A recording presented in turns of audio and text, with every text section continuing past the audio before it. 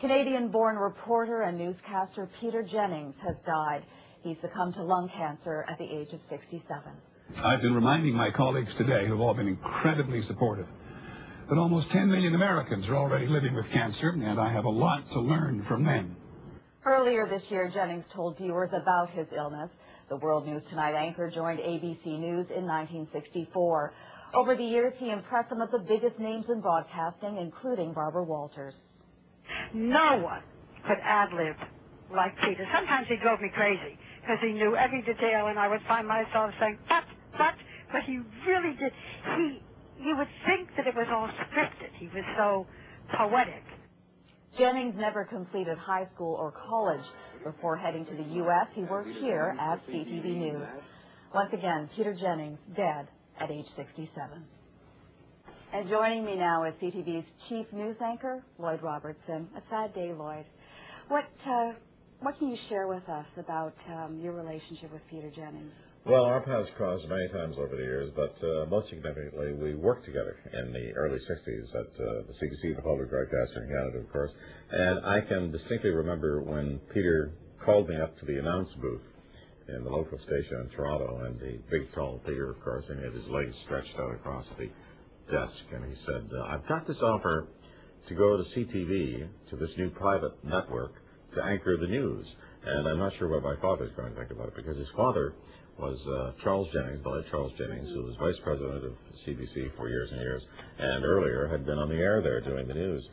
So he called his father, they talked it over, his father said, go for it. He went for it, of course, and the rest is history.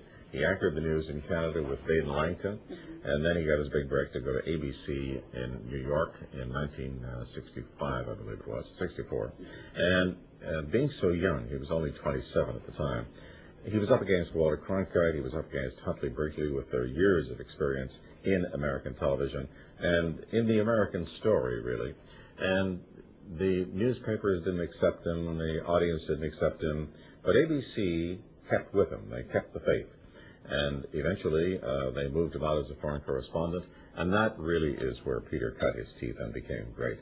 Because I remember he covered the Israeli athletes in Munich, the massacre there in 1972. And that may have been that moment for him to show I believe it was, Jennifer. I believe that was the time when ABC executives looked at him and said, hey, this kid really has something. He could do it all. So they groomed him over the years, knowing that he would be there as an anchor again if they ever needed him. And they did need him, and they brought him back. And, of course, he became the key anchor of ABC News. And in my humble view, Peter was really the best of the breed. He was better than any of us.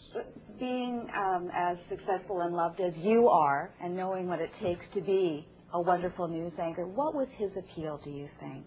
Well, I think Peter's appeal was that he was natural. He was literate, even though he didn't have very much formal education. He never finished high school. And he also brought perspective to all of his stories, and people learned to trust him. I mean, there is that sense, you know, that television, you can fool some of the people some of the time, and people can go on for a long time without really the audience understanding that there's something wrong there. But with Peter, they knew, and they stuck with him over the years, that here was a man who really knew what he was talking about. I think that was the essence of Peter. And if he didn't know, he certainly would find out very quickly, because he studied history deeply. He was very aware of putting stories in context for people, putting stories in perspective. He had a sense of poetry in his language. All of those things are what drew the audience to him, I believe. He will be sadly missed. He will indeed. So nice to see you this morning. Thank you, Jennifer. Thanks a lot.